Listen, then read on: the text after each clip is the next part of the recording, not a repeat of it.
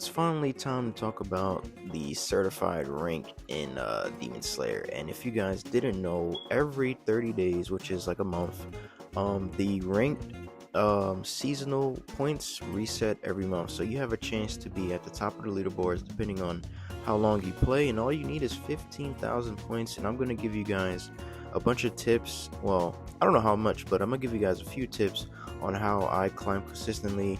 And as you can see here, all of my battle records from the 3 seasons so far have been above 80%. You know, me using Big D, of course.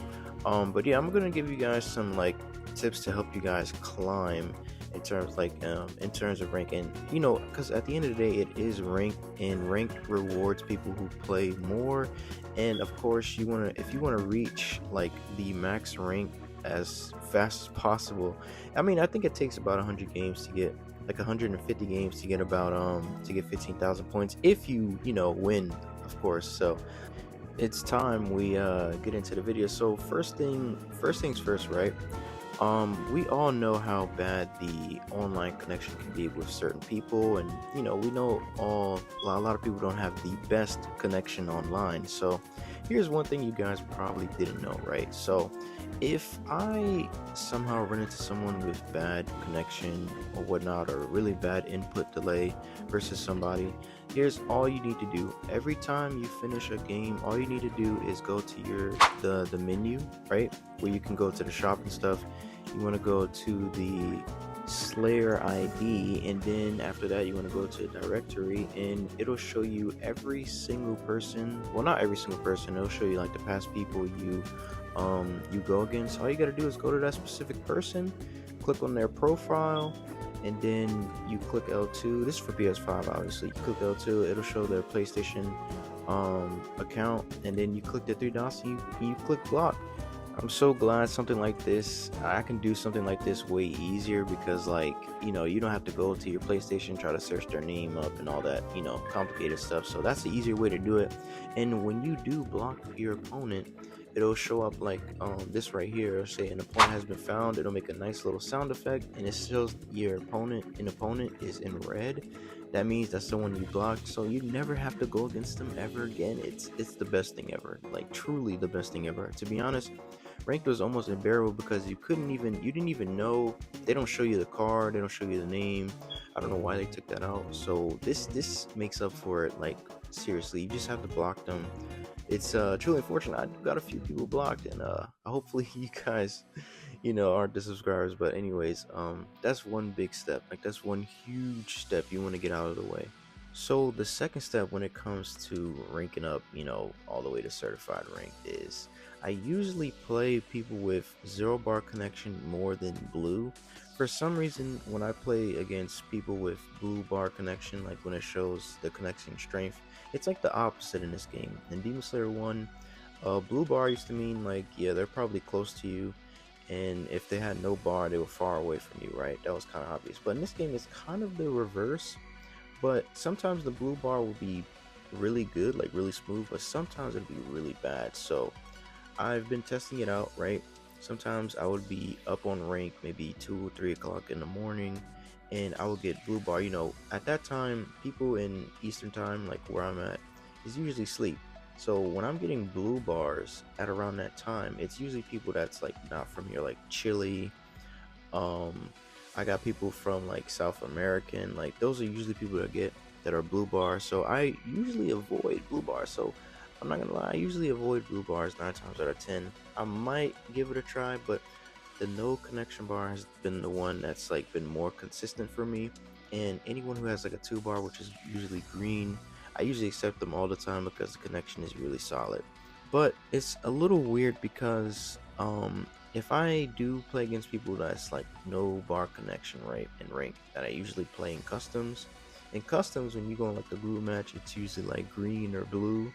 It's weird, but like when you find them on rank, it's like it's like 0 bars of connection. So that's kind of what I've been putting to the test. I'm not sure when they're gonna fix this, but they really do need to fix this, because it makes like going on rank like a gamble, pretty much, for the most part. Like the connections is telling a lie basically, and it caught me so many times since I've been playing this game. But hopefully they fix this.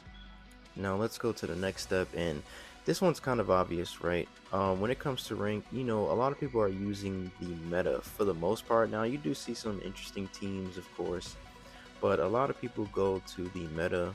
Like, obviously you don't have to do this, but if you really want to just dominate, just go to the meta. Like, people are using Gyome Ed Zenitsu or Mitsuri Ed Zenitsu. You can use Akaza, Zohakoten, Moichiro Ed Zenitsu. As you see in the pattern, right? Are you seeing the pattern? A lot of people are using Ed Zenitsu as a assist because he's the best assist in the game. So obviously, if you want to just dominate like that, just go ahead and use the meta. There's nothing wrong with that. But if you want to be like me, who uses their favorite character, that's also fine as well. You just want to use the strongest assist possible with them in order to, like, make up the difference in strength depending on which characters you're going against on point. Because like I said, at the end of the day, man, like, it's just ranked. At the end of the day, you don't have to take it that seriously. But if you really want to reach that certified rank every season, then obviously you want to pick the best of the best. Like, but just master your character. Just put all the time you can into your character. It's pretty fun, actually, if you do go on ranked with the character you really do want to use, and just go up against any character in the game, because it does help you with matchups and stuff like that. So it is pretty good to do that, though, because you get to learn matchups with your own character, which at the end of the day, if you do want to take it a step further and start playing in those PlayStation tournaments or tournaments in general, then it's actually a good idea for you to keep your character you really want to use. Now for the next step, which is another obvious step, is obviously just keep on playing the game. At the end of the day, you just want to keep playing. Like I said, rank rewards people who play a lot, like put a lot of time into rank. So just keep on playing. Obviously, like I said, it's every 30 days, I think around like 8 p.m. Eastern time. It resets. It even shows you, like, on the top right hand corner when you do enter like online mode. It'll show you in the top right hand corner like how many days left till the season resets. Like, if you really want to be up there, just go ahead and just grind out a few hours. But I mean, to be honest, there's people up there always higher than me that just plays it 24/7, and that's just something I can't do right now. So but yeah, just keep playing. You will eventually get there. Like, it's 15k points. Sometimes, for the most part, you won't even lose points when you actually lose. So just you might as well just keep on playing. That's one of the more obvious ones as well. Now, you guys are starting to notice that I haven't really gone on to great detail on what to do in matches and stuff like that, and I have another video like that planned. It'll be similar to how I did with the Hashira guide featuring Awaken Nezuko. If y'all didn't check that video out, go and check that out. It's like tips and tricks and what to do in gameplay. Those I want to save for other videos. I will be doing that with another video with Slayers, so stay tuned for that. And I have more videos on the way, like other guides to help you guys out when it comes to playing. For right now, I just want to, this video is basically about like giving you the best experience possible on ranked, at least to like climb and stuff like that, so you can at least play the game. So that's why I went over the connection, blocking people and stuff like that, and playing the meta. Those are like the obvious things you should be doing anyways, so you can at least not be miserable while playing the game, you know what I mean? So that's why I haven't gone into detail into it yet. That's going to be saved for another video. So the last thing I want to go over when it comes to climbing, well, this is not really in terms of climbing, but it all depends on your controller, right? Your controls. So I've been getting a few comments on some of my videos. I know people have been asking me about my controls, so I'm gonna show you a screenshot of my controls here. And now some people are probably asking, why do you play with these controls, right? Because a lot of people say this is weird, but I come from where I used to play Naruto Storm 4 a lot, where the game was a lot faster, right? So I put these controls because it kind of relates to how I played on Storm. Now, this game is nowhere near the speed of Storm. It's much slowed down, but it's extremely comfortable, at least for me. And a few people have tried my controls and said they liked it as well. Having the L1 on the dash just makes it really easy for you to, like, just maneuver.